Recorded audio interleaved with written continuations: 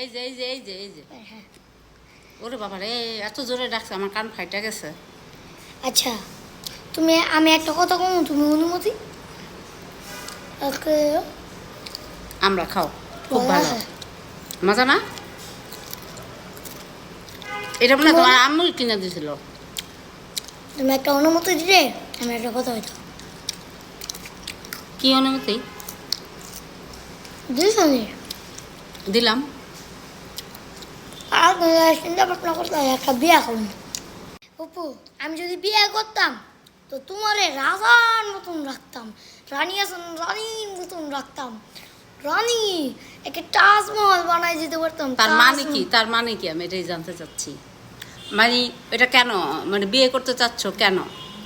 আমার সেবা যত্ন করবো আমি। তুমি করবা? আমিও করবো, হ্যাঁ। আমার বউ করবো, বুঝছো? এর জন্যই আমি বলেছি, তোমার ভালোর জন্যই বলেছি।